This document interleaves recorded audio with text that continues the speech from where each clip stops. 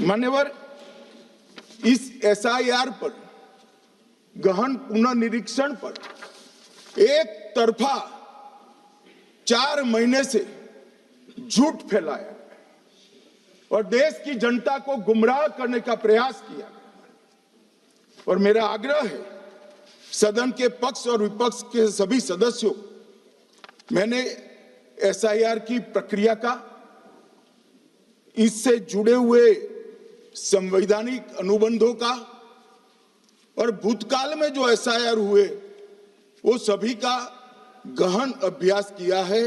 मैं आज आपके माध्यम से इस सदन को और सदन के माध्यम से पूरे देश की जनता को जो झूठ विशेषकर कांग्रेस पार्टी द्वारा फैलाया गया है वो झूठ का मेरे तर्कों के हिसाब से जवाब देना चाहता हूं।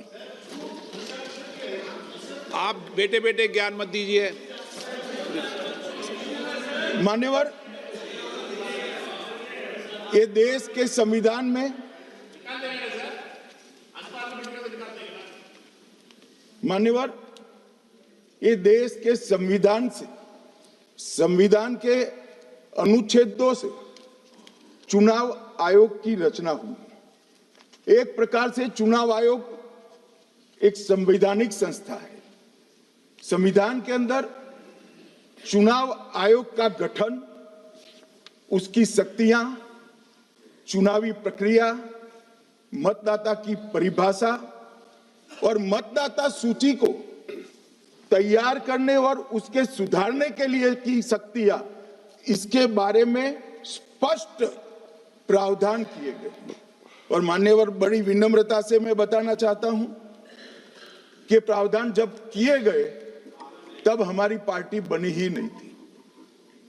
हमारी पार्टी के अलावे जो लोग हैं, इन लोगों ने संविधान सभा में चर्चा कर संविधान को बनाया था। इसलिए ये पूरी चुनाव की प्रक्रिया जो संविधान के अंदर व्याख्यायित की गई है और आज जो हो रहा है, ये दोनों के बीच में क्या अंतर है और आरोप क्या है, इसको मैं जवाब देना चाहता हूं। माननीय, फ्री एंड फेयर चुनाव कराने का हमारा संविधान ने जिम्मेदारी चुनाव आयोग की तय की। मतदाता सूची बनाने की और मतदाता सूची में सुधार करने की जिम्मेदारी भी चुनाव आयोग को दी। अनुच्छेद संविधान के भाग 15 में अनुच्छेद 324, इसमें चुनाव आयोग का गठन, चुनाव आयुक्त की नियुक्ति, लोकसभा, राज्यसभा, विधानसभा, उपराष्ट्रपति और राष्ट्रपति, ये सभी चुनाव का संपूर्ण नियंत्रण संविधान ने चुनाव आयुक्त को दिया है। और चुनाव आयुक्त एक से ज्यादा हो तो इलेक्शन कमिश्नर को दिया है। अब 325 जो अनुच्छेद है वो किसी भी पात्र मतदाता को मतदाता सूची से बाहर नहीं रखा जाता, इसका प्रावधान करता है। मगर 326 एक गहन पुनर्निरीक्षण के लिए, एसआईआर के लिए बहुत महत्वपूर्ण है। क्या है 326 मान्यवर? इन्होंने मतदाता की पात्रता, योग्यता और मतदाता होने की शर्तें आर्टिकल 326 में तय की है। और वो शर्तें क्या है? सबसे पहली शर्त है कि मतदाता भारत का नागरिक होना चाहिए, विदेशी नहीं होना चाहिए। ये सबसे पहली शर्त। और ये कह रहे हैं कि चुनाव आयोग क्यों ये कर रहा है? भाई, इसका दायित्व है इसलिए कर रहे हैं। दूसरी है 18 साल से ज्यादा आयु का व्यक्ति मतदाता बन सकता है। तीसरा, वैधता का निर्धारण मानसिक असमर्थता, अपराध और भ्रष्टाचार में संलिप्तता के लिए जो कानून ने समय समय पर तय किया है, इसके पर। तो ये 3 पात्रताओं के आधार पर भारत के मतदाता होने की बात तय होती है। और ये तीनों चीजें किसने देखनी है मान्यवर? चुनाव आयुक्त को देखनी है, चीफ इलेक्शन इलेक्शन कमीशन मतलब चीफ इलेक्शन कमिश्नर और कमिश्नर्स ने देखनी है। और 327 में मतदाता सूची, सीमांकन, चुनाव संचालन और उसके लिए कानून बनाने की सिफारिश संसद को करने की सत्ता चुनाव आयोग को दी है। मान्यवर, ये कहते हैं कि घुसपैठ हो रही है, भारत सरकार की जिम्मेदारी नहीं है। मान्यवर, मैं आज बताना चाहता हूं, घुसपैठ हो रही है भारत बांग्लादेश की सीमा से। वहां पर कुल 2216 किलोमीटर बॉर्डर है, इसमें से 1653 किलोमीटर बॉर्डर बन चुकी है और 563 कहां बाकी रही है मान्यवर मालूम है? केवल और केवल एक राज्य बंगाल। आसाम का पूरा हो गया, मेघालय का पूरा हो गया, त्रिपुरा का पूरा हो गया, जम्मू कश्मीर का पूरा हो गया, पंजाब का पूरा हो गया, राजस्थान का पूरा हो गया, गुजरात का पूरा हो गया, खाली बंगाल का बाकी रखा। और मैं आज कहना चाहता हूं टीएमसी के लोगों को भी, ये राहुल जी के साथ में रहकर घुसपैठिया बचाओ यात्रा बिहार में निकली, साफ हो गए।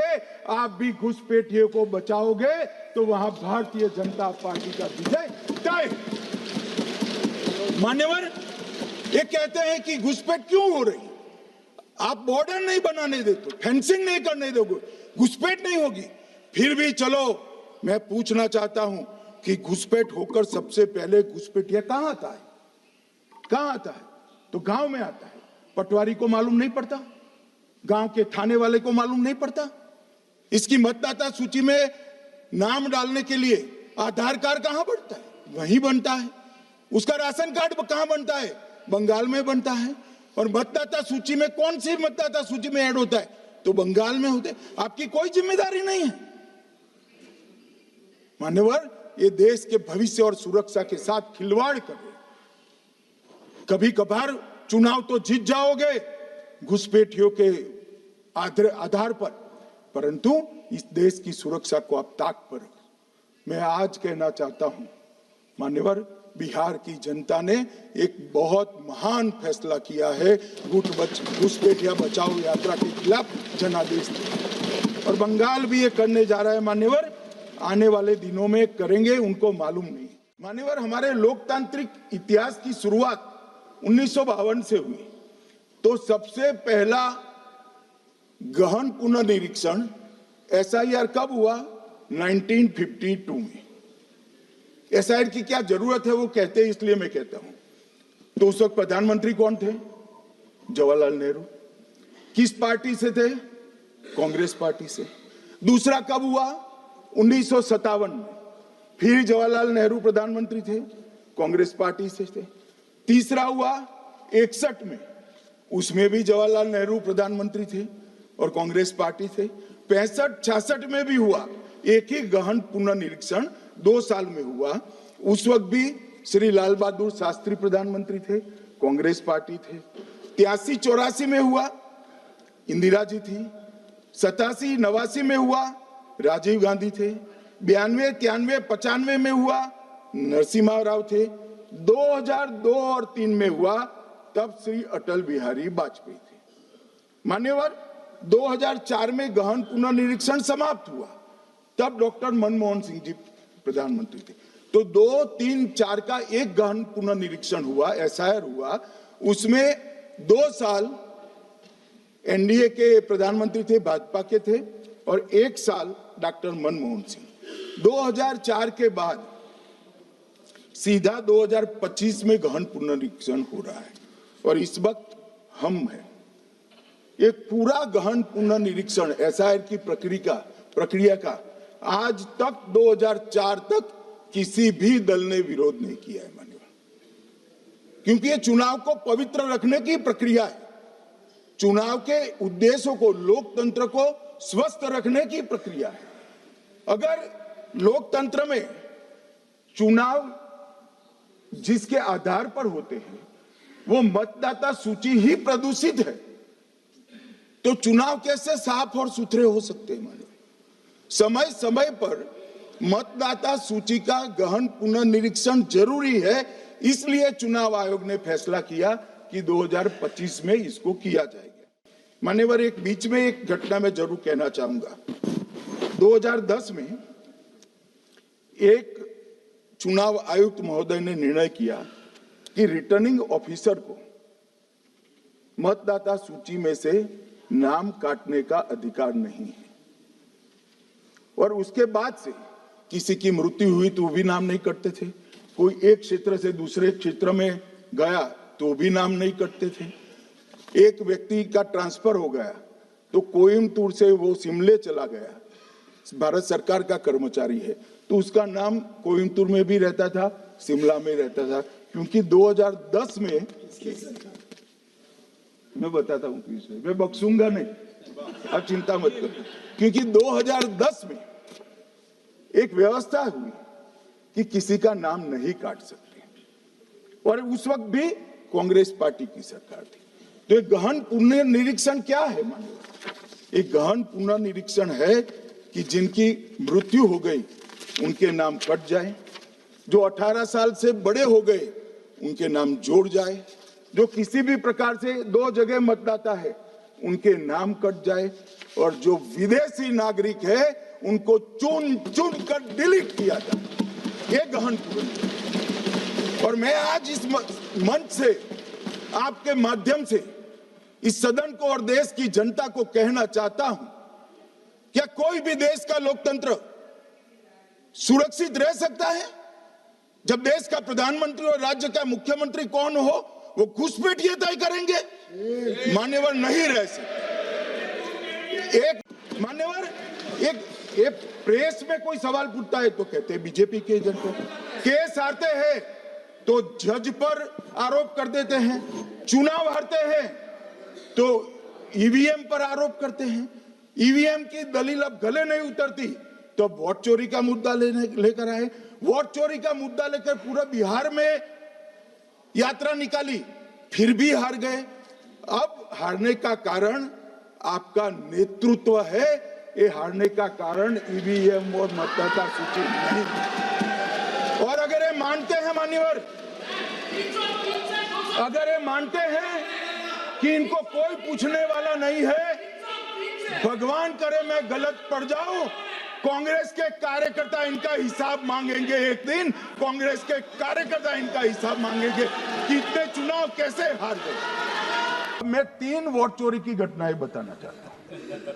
सबसे पहली घटना हुई आजादी के बाद, देश का प्रधानमंत्री तय करना था। तय कौन करना था?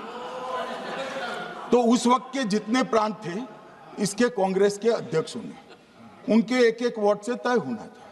अब 28 वोट श्री सरदार पटेल को मिले और 2 वोट जवाहरलाल नेहरू जी को मिले।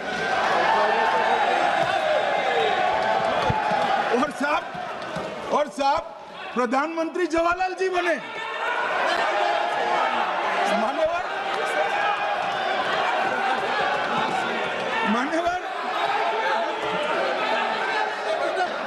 मान्यवर, दूसरे प्रकार की वोट चोरी और नैतिक तरीके से चुनाव जीतना, ऐसी वोट चोरी भी भूतकाल में एक बार हुई थी। श्रीमती इंदिरा गांधी रायबरेली से चुनी गई, इलाहाबाद हाईकोर्ट में श्री राजनारायण पहुंचे कि चुनाव नियमों के अनुसार नहीं हुआ।